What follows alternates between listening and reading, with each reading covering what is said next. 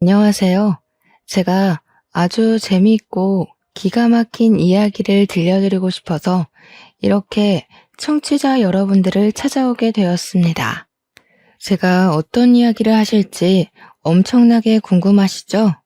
간단하게 제 소개부터 드리자면 저는 30대 중반의 여자입니다. 저에게는 아주 귀한 귀인이라는 친구가 있는데요. 이 귀인이라는 친구와 있었던 제 인생에 잊지 못할 순간들을 이야기하려고 사연을 올립니다. 세상에 이런 친구가 제 옆에 존재한다는 것 자체가 너무나도 고맙고 행복합니다. 귀인이 덕분에 제가 아주 버러지 같은 놈과 이별할 수 있게 되었거든요. 그러면 지금부터 여러분들이 아주 궁금해하실 그 이야기들을 모두 풀어보겠습니다. 제가 귀인이를 알게 된 건 중학교 시절이었습니다. 30 중반이 된 지금은 귀인이 말고도 같이 노는 친구 2명이 더 있는데요. 이렇게 넷이 한 모임을 하고 있습니다. 기쁠 때나 슬플 때나 검은 머리 파풀이 될 때까지 우정을 함께 하자고 약속한 사이입니다. 하지만 이 모임은 귀인이 덕분에 만들어졌다고 해도 과언이 아니랍니다. 제가 중학교 3학년 시절로 돌아가 제 인생에 잊지 못할 슬픈 이야기부터 시작을 해보도록 하겠습니다. 중학교 3학년 새 학기를 시작했을 때 귀인이와 짝꿍이 되었습니다. 중학교 1학년 시절부터 귀인이에게는 좋지 않은 소문이 들러붙어 있었습니다. 귀인이의 엄마가 무당이라 귀신 들린 아이라고 가까이 가면 큰 화를 입는다는 소문이었습니다. 세탁기 골목 안쪽에 있는 선녀 보살집이 귀인이네 집이라더라. 그 집에서 무당이 될 준비를 하고 있다더라.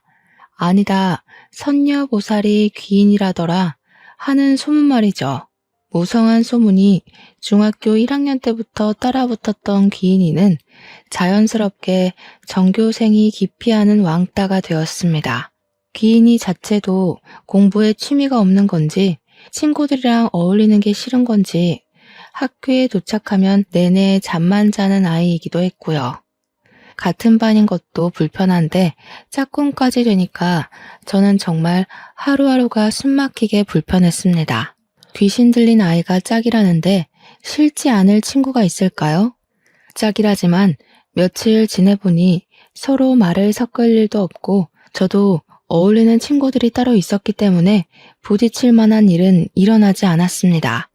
그렇게 한 학기가 지나고 여름방학이 되었을 때 저에게 아주 큰일이 벌어지고 말았습니다. 여름방학이라 가족들끼리 계곡으로 여행을 가게 되었어요.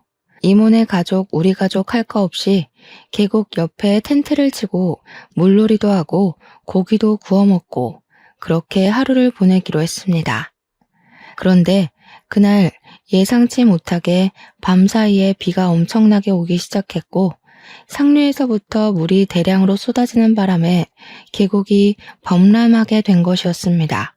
저는 텐트에서 자고 있다가 아빠의 급한 부름에 놀라서 텐트를 떠나게 되었는데 빗소리에 서로 우왕좌왕하느라 의사소통이 전혀 되지 못했던 거죠.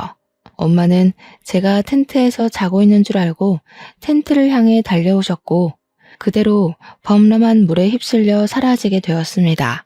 완전히 자연재해 사고였고 물에 빠지고 나서야 싸늘하게 식은 엄마를 찾을 수 있었습니다.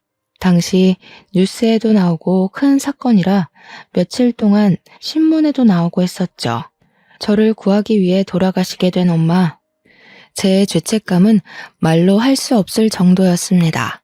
갑작스러운 장례에 친구들은커녕 학교에도 말을 못하고 장례식을 치르게 되었습니다. 하필이면 방학 중이기도 해서 제 친구들은 아무도 오지 못했어요. 장례식장에서 혼자 울면서 엄마 하고 있는데 대뜸 귀인이가 장례식장을 찾아온 게 아니겠습니까?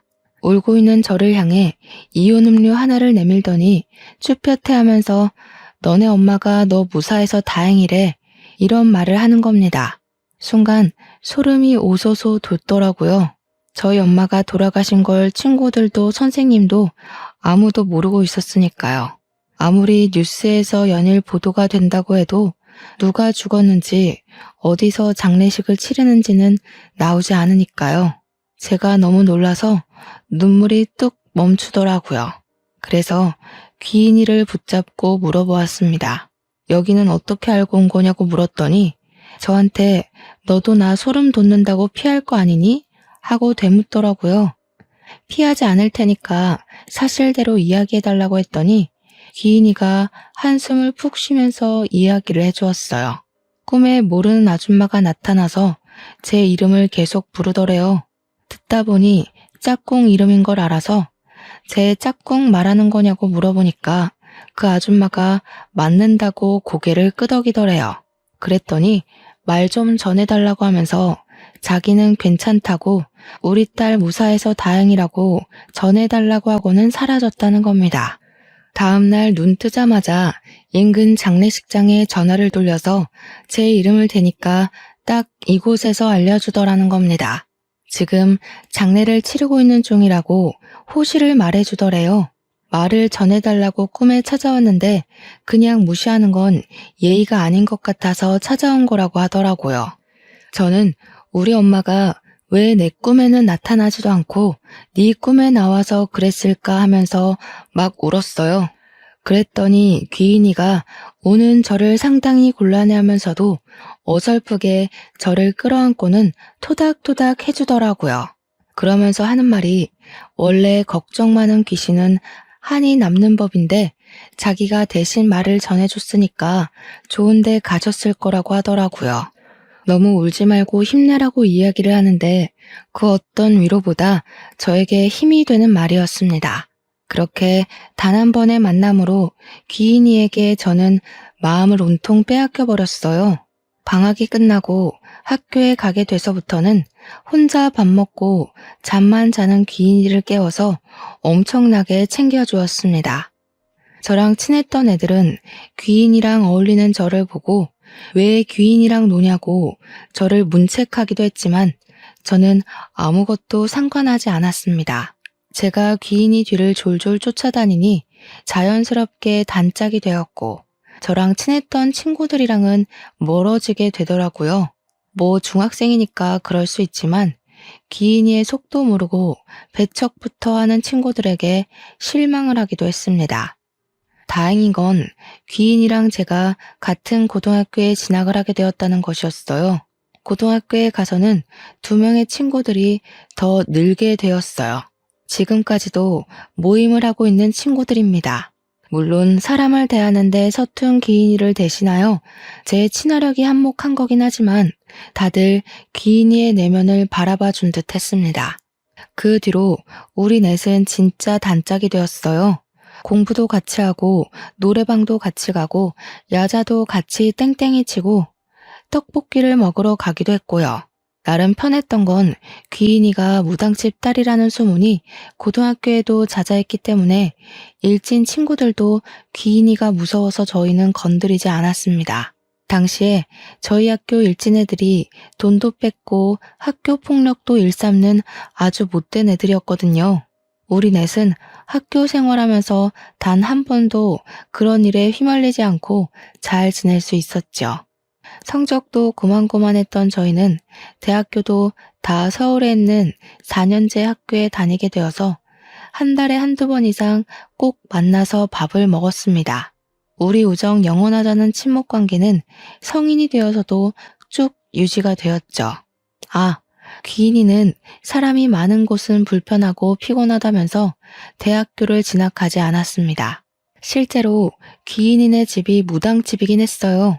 엄마나 귀인이가 선녀보살은 아니었고 귀인이의 이모가 선녀보살이었습니다. 저에게 은근슬쩍 대학교에 가면 성적 비관으로 죽은 귀신들이 많다면서 골치가 아프다고 하는데 그런 말 할 때는 친구지만 소름 돋더라고요. 제가 특히나 귀신을 좀 무서워하는 성격이었거든요. 물론 우리 넷이 친한 것과는 별개로 친구들의 부모님은 귀인이를 별로 좋아하지 않았습니다.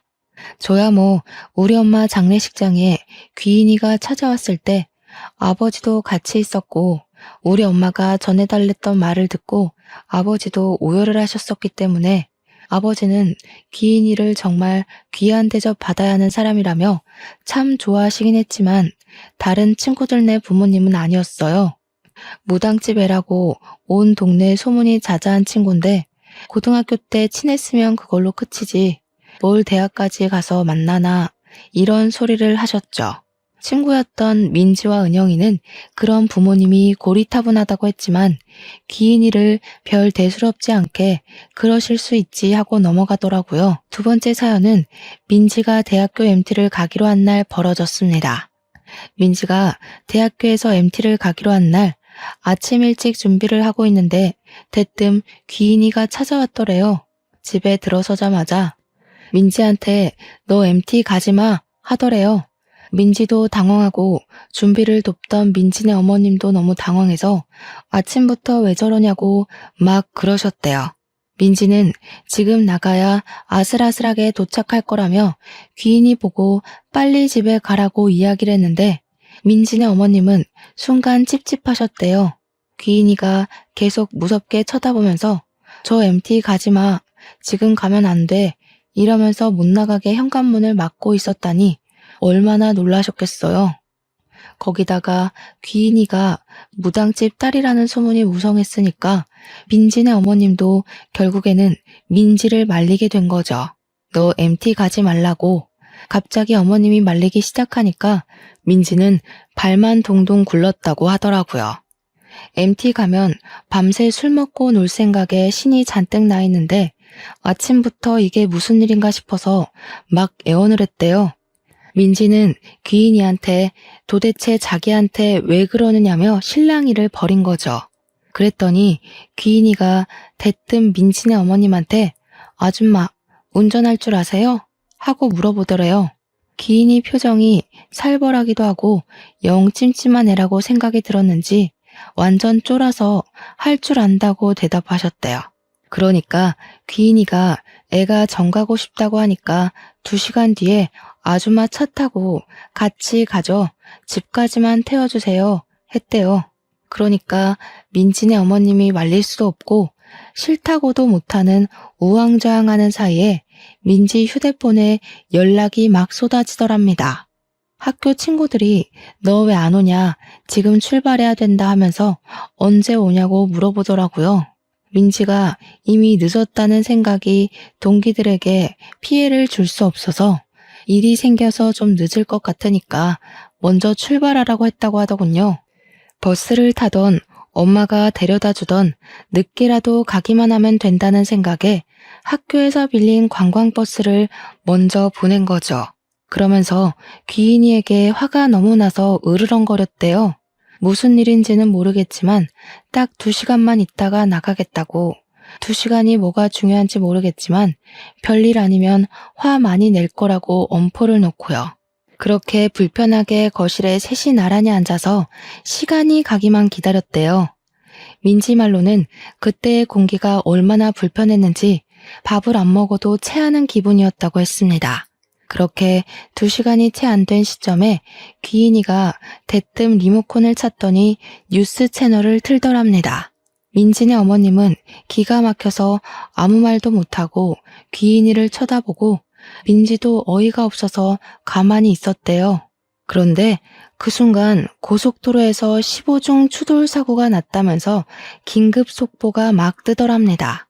리포터가 분주하게 사건 현장을 이야기하는데 뉴스에 떡하니 MT에 가려던 D 대학교 학생들이 크게 다쳤다고 뜨더래요. 순간 민지 어머님이 아악 하면서 소리를 지르고 민지는 머리털까지 쭉 뼈서는 느낌이 들었대요. 놀래서 MT에 간 친구들에게 민지가 전화를 걸었는데 그 누구도 받지를 않고 조교한테 전화하니까 조교가 민지야 너 무사하니? 이러더래요. 민지가 조교한테 저는 늦어서 버스를 못 탔다고 하니 사고 난 차량이 동기들이 탄 차가 맞다면서 다들 병원으로 이송이 되었다고 전해주더랍니다. 너라도 버스 안 타서 다행이라고 하늘이 도왔다고 막 그러더라는데 귀인이가 아무 말 없이 민지를 보고 있었대요. 다행인 건 사망사고는 일어나지 않았고 몇 명은 크게 다쳐서 병원 신세를 오래 져야 했다고 했어요. 그날 이후로 민진의 어머님은 귀인이한테 완전히 뿅 가는 바람에 귀인이만 보면 손이 무겁게 먹을 걸 싸주시곤 했대요. 우리 딸 살려준 게 귀인이라면서 동네방네 자랑도 하시고, 그런데 귀인이는 그냥 친구라서 도운 거라고 딱 잘라 이야기했다고 하더라고요. 민지는 귀인이 덕에 살긴 했는데 다시 생각해도 너무 놀랍다면서 귀인이한테 어떻게 알았냐고 막 물어보더라고요. 우리가 오죽하면 귀인이 보고 차라리 무당집을 차리는 게 어떻겠냐, 진짜 돈 엄청나게 벌 것 같다고 했죠. 그랬더니 귀인이가 그게 얼마나 고된 삶인지 잘 알아서 죽어도 싫다고 딱 잘라 거절하더라고요. 자기가 꿈에서 이것저것 보긴 하는데 신내림을 받은 것도 아니고 그럴 필요도 없어서 굳이 무당이 되고 싶진 않다고 했어요. 매번 볼 수 있는 것도 아니고 꿈에 가끔 나올 때가 있어서 필요한 부분만 알려주는 거라고 다른 건 기대도 하지 말래요. 우리는 그 사건으로 더욱 돈독해질 수 있었습니다. 사회인이 되어서도 친한 관계를 유지하고 지낼 수 있었던 건 전부 귀인이 덕이었어요. 제 친화력으로 붙게 된 모임이라고 생각했지만 우리 모임의 주축은 귀인이 다름없었습니다. 저와 은영이, 민지가 전부 취직을 하는 동안 귀인이는 백수 생활을 유지했어요. 그 이유는 대학을 진학하지 않은 이유와 비슷했는데 너무 많은 사람들을 알게 되면 꿈을 꾸는 게 피곤하다는 이유였습니다. 뭐 그것뿐만 아니라 학창시절에 저희를 알기 전까지 꾸준히 소문으로 인한 왕따를 당했으니 사람이 싫을 법도 하겠죠.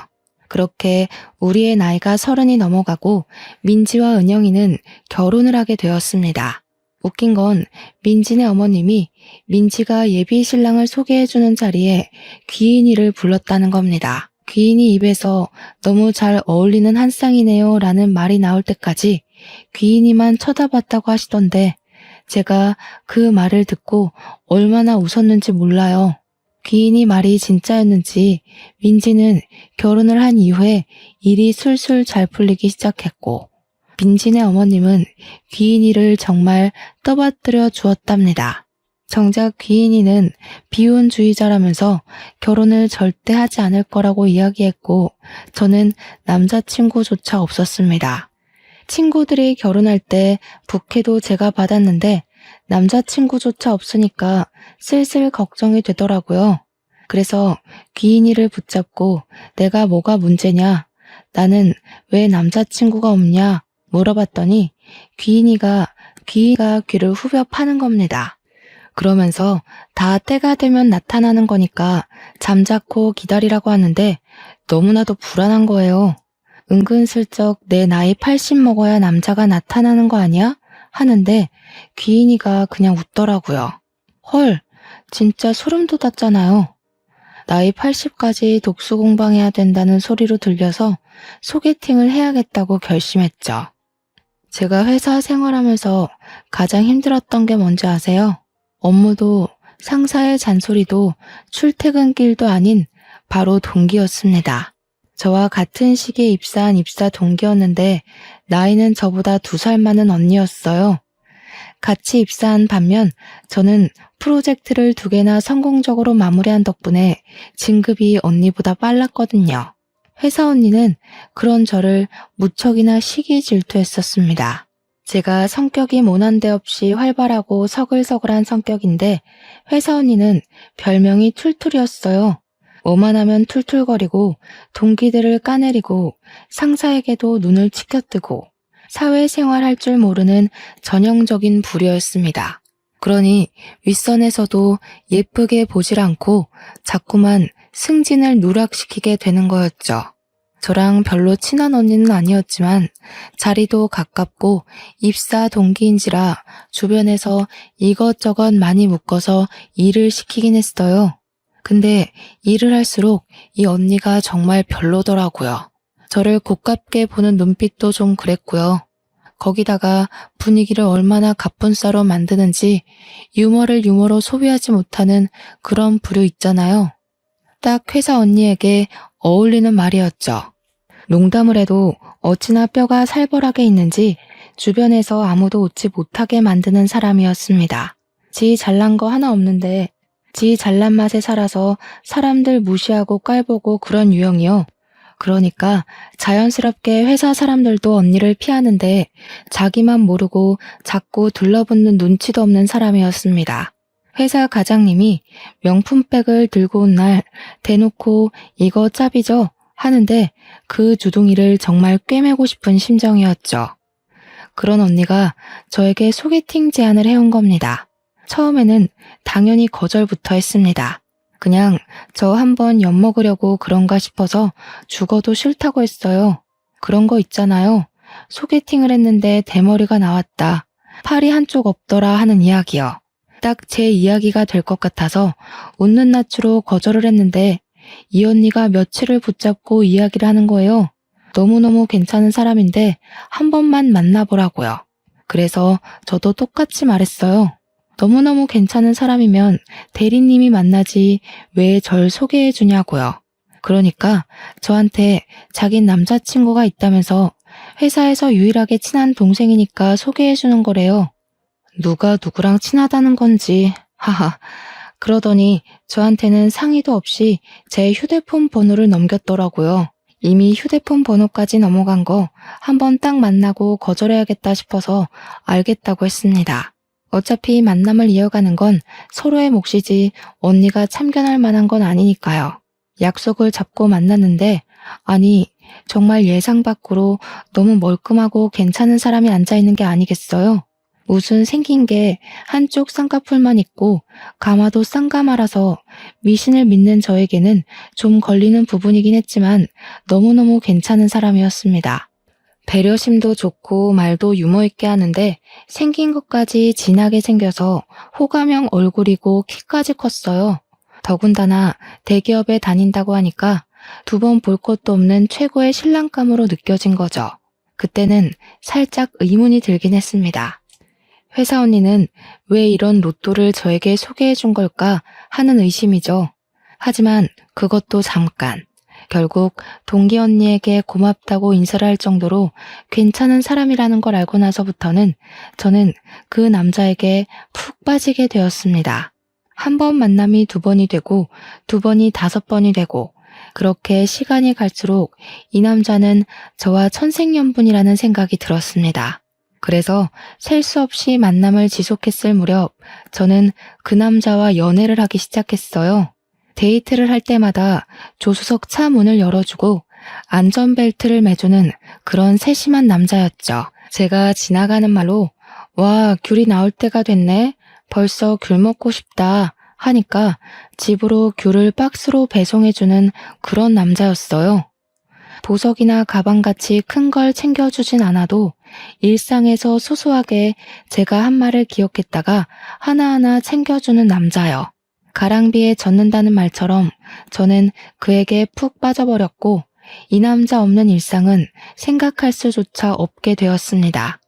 TV를 보다가도 와 저기 가보고 싶다 하는 곳은 기억해뒀다가 저를 꼭 데리고 가주는데 어찌 싫어할 수가 있을까요?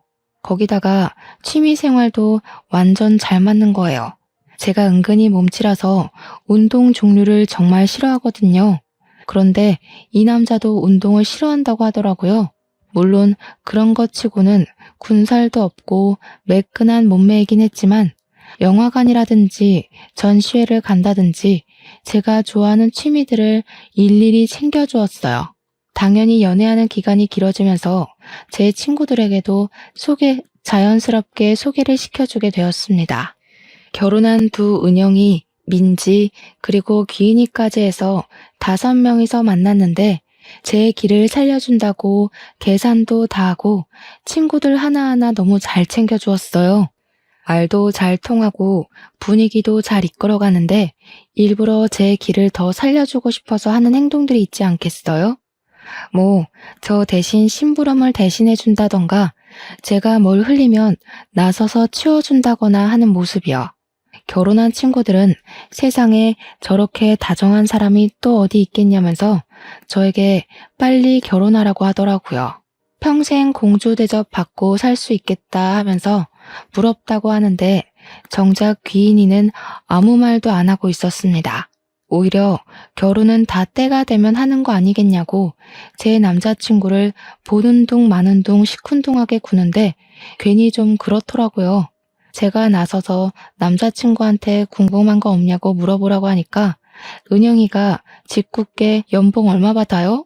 차는 있어요? 집은 작아요? 하면서 말했어요. 물론 농담이었으니까 다들 깔깔거리면서 웃고 있는데 귀인이만 무표정으로 밥만 먹는 겁니다. 괜히 귀인이 눈치도 보이고 마음이 엄청나게 찝찝했어요. 그렇게 1년을 꽉 채워 연애를 하고 남자친구는 저에게 반지를 주면서 프로포즈를 했습니다. 저와 평생을 함께하고 싶다는 말에 저도 좋다고 우리 이제 결혼하는 거냐고 하니까 화사하게 웃어주더라고요. 양가의 허락을 받고 결혼 준비를 하자고 하면서 저한테 모아둔 돈이 얼마가 있냐고 물어보더라고요. 그때까지 서로의 연봉이 얼만지 모아둔 재산이 얼만지 정확하게 오픈을 하지 않았었거든요. 원래 결혼할 때 되면 다 알아야 하는 거라고 하길래 저는 솔직하게 이야기를 했어요. 적금은 8천만 원 정도 있고 월급은 이 정도 된다. 예전에 아버지께서 증여해 주신 오피스텔을 한 채 가지고 있어서 월세를 받고 있다고 했어요. 그러니 남자친구가 이 말을 긁적이면서 자기도 솔직하게 할 말이 있다고 하더라고요. 사실 자기는 집에 빚이 좀 있어서 모아둔 돈이 없대요. 그래도 결혼하고 나면 갚을 거 별로 안 남아서 괜찮을 거라고 하는데 제가 진짜 심각하게 당황을 했습니다. 빚이 있는 사람일 거라고는 전혀 생각을 못 했었기 때문이었어요. 항상 세련된 옷을 사입었고 손목시계나 벨트도 제가 알기로는 꽤 명품이었던 걸로 기억을 했거든요. 거기다가 대기업도 다니고 하니까 못해도 1억은 모았을 거라고 생각했죠. 제가 다니는 기업이 중견기업인데 모은 돈이 8천만 원이었으니까요. 물론 제가 가진 오피스텔이 위치가 좋아서 월세가 쏠쏠하기도 했지만 빚은 상상도 못했던 일이었죠. 제가 당황해하자 남자친구는 저를 설득하기 시작했습니다. 8천만 원 모은 돈에 오피스텔로 담보대출을 받아서 전셋집도 구하고 식도 올리자는 거예요. 그래서 저는 놀래서 자기는 얼마가 있는 거냐고 다 내 돈으로 해야 하냐고 물어보았더니 남자친구가 별일 아니라는 듯이 이야기를 하는 겁니다. 어차피 결혼해서 애라도 낳게 되면 육아휴직도 해야 하고 자기 월급으로 생활해야 하는 거 아니냐고요. 나중에 다 자기가 번 돈으로 노후 생활을 하게 될 건데 빡빡하게 너 돈 내 돈 갈라치기 해야 되냐고 하더라고요. 근데 또 듣고 보니까 틀린 말도 아닌 것 같았습니다. 그때라도 발에 땀나게 도망을 갔어야 했는데 제가 설득이 되고 만 거죠. 그 뒤로부터는 순조롭게 결혼식 준비가 진행되는 듯 했습니다. 예비 신랑의 집에 인사를 드리러 가기 전까지는 그렇게 생각을 했죠.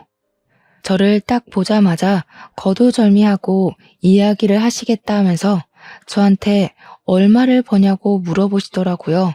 오피스텔에서 받는 월세를 제외하고 280만 원 번다고 이야기를 했더니 앞으로 자기에게 매달 용돈을 얼마씩 줄 거냐고 물어보시는 겁니다. 아주 뻔뻔하게 들어서 알겠는지 모르겠지만 우리 집이 빚이 좀 있는데 그거 다 갚아주고 결혼하라고 하는 거였어요. 저는 너무 당황스러워서 거기서 아무 말도 못하고 바보 천지처럼 어버버 거렸습니다. 누구라도 첫 인사를 드리러 가는 날 그런 소리를 듣는다면 저처럼 반응을 할 거예요. 그런데 제 편을 들어줄 거라 생각했던 예비 신랑이 엄마 알아서 다 할 테니까 너무 걱정하지 마세요 하는 게 아니겠습니까? 그러더니 예비 시모가 저한테 아주 쐐기를 박았습니다. 나는 우리 아들이랑 살아보고 혼인신고는 나중에 했으면 좋겠다는 마음이 있네. 결혼식은 최대한 간단하게 했으면 좋겠고. 그게 무슨 말씀이세요? 우리 아들이랑 1년도 못 살고 이혼할 수도 있지 않겠니? 그러니까 살아보고 혼인신고를 해. 애 생기고 나서 혼인신고해도 늦은 거 아니라고 생각한다. 내가 좀 깨어있는 사람이거든. 그리고 결혼식은 막 성대하게 하는 거 내가 정신 사나워서 싫다. 요즘 스몰 웨딩? 뭐 그런 게 유행이라며? 그리고 너 어차피 엄마도 없다면서 혼주석 비어있는 거 우리 쪽 손님들이 보고 욕할 수도 있잖아. 간단하게 하자. 다른 건 몰라도 우리 엄마를 이야기하는 건 선을 세게 넘는 거라고 생각했어요. 저는 그 자리에서 아무런 대답도 하지 않고 오늘은 날이 아닌 듯 싶으니 다음에 다시 이야기하자고 말씀드리고 대충 인사를 한 뒤 나와버렸습니다. 제가 밖으로 나오자 예비 신랑이 아주 눈에 쌍심지를 켜고 저를 따라 나오더라고요. 이게 무슨 경험 없는 짓이야? 어른이 이야기를 하면 어떤 말이든 끝까지 듣고 나와야 하는 거 아니야? 당신 어머님이 더 예의 없는 거 아니야? 어떻게 그런 말 할 수가 있어? 우리 엄마가 사고로 돌아가신 게 도대체 뭐가 문제라고 그런 말을 하시는 거야? 그러니 예비 신랑이 겸연쩍어 하면서 우리 엄마가 심한 건 알겠지만 저에게는 시어머니가 될 사람이지 않냐고 하더라고요. 자기가 잘 말해둘 테니까 다음번에 만날 때는 사과부터 하라고 하는 겁니다. 그러면서 저에게 결혼이라는 게 평생 남으로 살다가 가족으로 묶이는 거 아니겠냐고 의견 차이와 생활 차이는 당연히 있을 수 있는 거라고 했어요. 저에게 우리 둘이 잘 노력해서 가꾸어 나가면 이런 문제도 나중에는 별일 아닌 게 된다면서 저를 설득하는데 제가 또 홀라당 넘어간 거예요. 30년을 넘게 남으로 살았는데 하루아침에 끈끈해지고 서로를 파악한다는 게 어려운 일이라고 그 가스라이팅에 넘어가고 만 것이죠. 지금 와서 생각해보면 정말 바보 같은 생각이라는 걸 알지만 그 당시에는 그런 생각을 할 여유조차 없었습니다. 그날 저녁에 집으로 돌아와서 조금 속상한 마음도 있고 해서 귀인이에게 전화를 걸었습니다.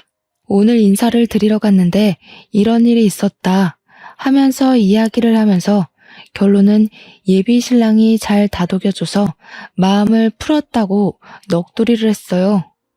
그랬더니 가만히 제 이야기를 듣고 있던 귀인이가 대뜸 저에게 그 결혼할 거냐고 물어보는 게 아니겠습니까? 그동안 제가 연애를 할 때도 프로포즈를 받았다고 할 때도 예비 신랑에 대한 이야기를 한 번도 한 적 없었던 귀인이가 물어보니까 뭔가 이상했어요. 하지만 저는 이미 일이 어느 정도 진행이 되기도 했고 귀인이에게 솔직하게 이야기를 했습니다. 이미 인사도 드렸고 다음 주에는 우리 집 와서 아버지랑 같이 식사를 하기로 했다고요. 그러면 결혼까지 하게 되지 않겠냐고 했죠. 귀인이가 몇 초 동안 아무 말 없이 제 이야기를 곰곰이 생각하는 듯 하더니 대뜸 알겠어 하고 전화를 딱 끊어버리는 겁니다. 저는 정말 그게 더 찜찜하고 이상한 거예요. 왜 아무 소리도 안 하나 싶고요. 예비 신랑과 평소에 다름없는 일주일을 보냈고 드디어 저희 아버지와 함께 식사를 하는 날이 찾아왔습니다. 아버지께 남자를 처음 소개해드리는 자리이다 보니 평소와 달리 너무나도 긴장이 되더라고요. 혹시라도 아버지께서 싫어하시면 어쩌지 하는 마음이 들면서도 제가 선택한 사람이니 좋아해 주실 거라고 굳게 믿었습니다. 약속 장소 앞에서 예비 신랑과 만나 같이 손을 잡고 식당에 들어가서 안내받은 룸으로 들어갔는데 귀인이가 저희 아버지 옆에 딱 붙어 앉아 있는 게 아니겠습니까? 저는 너무 놀라서 뭐야? 하고 물어보았습니다. 너 여기에 왜 있어? 하니까 귀인이가 아무렇지 않게 아버지가 같이 밥 먹자고 부르셔서 왔어. 이러더라고요. 예비 신랑의 얼굴은 좋지 않아 보였지만 아버지께서 귀인이를 보면서 끄덕이시더라고요. 내가 같이 밥 먹자고 불렀다. 우리 가족이나 다름없는 귀한 친구이니만큼 같이 보는 게 좋을 것 같아서 그랬어. 하시는데 예비 신랑도 더 말을 못했죠. 경우 없다고 생각하면서도 예비 장인어른의 말에 토를 달아 굳이 점수를 깎이고 싶지 않았던 거였을 거예요. 식사가 나오고 본격적으로 밥을 먹으면서 이야기를 하려고 했는데 아버지께서 일단 밥부터 먹고 이야기를 하자고 하셨습니다. 우리 딸 일하느라 고생했는데 든든히 밥은 먹어야 하지 않겠냐고 하시는데 예비 신랑도 끄덕이면서 맞장구를 치더라고요. 제가 밥을 먹는 동안 예비 신랑이 제 밥그릇 위에 생선살을 발라 놓아주고 갈비를 놓아주고 하는데 우리 아버지는 묵묵히 밥만 드시더군요. 평소 같으면 우리 딸한테 잘하는 남자라고 칭찬을 해주실 법도 한데 너무 싸늘하게 식사만 하시니까 기분이 별로였어요. 집에 가서 아버지께 투정이라도 부려야겠다 싶어서 일단 식사에 집중을 하고 어느 정도 다들 배가 부르자 전통차를 내어주시더라고요. 그래서 차를 마시면서 본격적인 결혼 이야기를 꺼내려고 물꼬를 틀었습니다. 그러자 귀인이가 대뜸 예비 신랑을 보면서 의미심장한 얼굴로 이야기를 하더라고요. 7년 전에 큰일을 한번 겪으셨네요. 무슨 일이 있었는지 그쪽 입으로 듣고 싶은데. 저는 무슨 말인가 싶어서 귀인이를 쳐다보다가 예비 신랑의 얼굴을 바라보았어요. 그러자 예비 신랑의 얼굴이 진짜 볼품없이 썩어 들어가는 겁니다. 저는 이게 다 무슨 소리인가 싶어서 예비 신랑을 향해 물어보았습니다. 7년 전? 왜? 오빠 무슨 일 있었어? 그러니까 예비 신랑이 아무 일도 없었다고 저를 향해 표정을 갈무리하고 이야기를 하는 겁니다. 그러자 귀인이가 정말 가증스러운 연기를 하면서 예비 신랑의 목을 점점 죄어왔어요. 아무 일도 없었다고요? 이상하다. 내 눈에는 빨간 줄이 보이는데. 빨간 줄은 또 뭐지? 제 머릿속에는 정말 물음표만 잔뜩 있었습니다. 귀인이가 하는 소리가 무슨 소린지도 모르겠고 영문도 모를 소리에 씩씩거리면서 점점 흥분해가는 예비 신랑도 이해가 가지 않았고요. 제가 빨간 줄이 뭐냐고 둘이 왜 아무도 모를 소리를 하냐고 물어보는데 저희 아버지만 태연하게 찬물을 들이키시더라고요. 하지만 미간이 잔뜩 찌푸려져 있는 걸 봐서는 아버지도 대충 무슨 내용인지 아는 것 같았습니다. 저만 아무것도 모르고 있는 상황이라 점점 기분이 나빠지기 시작했어요. 귀인이가 계속해서 7년 전 이야기를 꺼내자 예비 신랑이 벌떡 일어나서 저를 향해 소리를 쳤습니다. 뭐 이런 게 다 있어? 너 뭐야? 너 지금 다 알고 이러는 거야? 너 내 뒷조사를 했어? 이게 얌전한 줄 알았는데 아주 엉큼한 계집애였네. 다 알면서 지금까지 모른 척하면서 속이고 나를 가지고 장난을 쳐. 너 정체가 뭐냐고. 저는 저렇게 소리를 지르는 예비 신랑도 처음 봤고 아무것도 모르는 저한테 화를 내니까 어이가 없었습니다. 이게 다 무슨 개소린가 싶어서 말을 해달라는 표정으로 귀인이를 쳐다보니까 정말 평소에 볼 수 없는 눈빛을 하고 귀인이가 호통을 쳤습니다. 이모가 선녀보살이라더니 귀인이가 꼭 선녀보살이 된 것 같은 모습이었어요.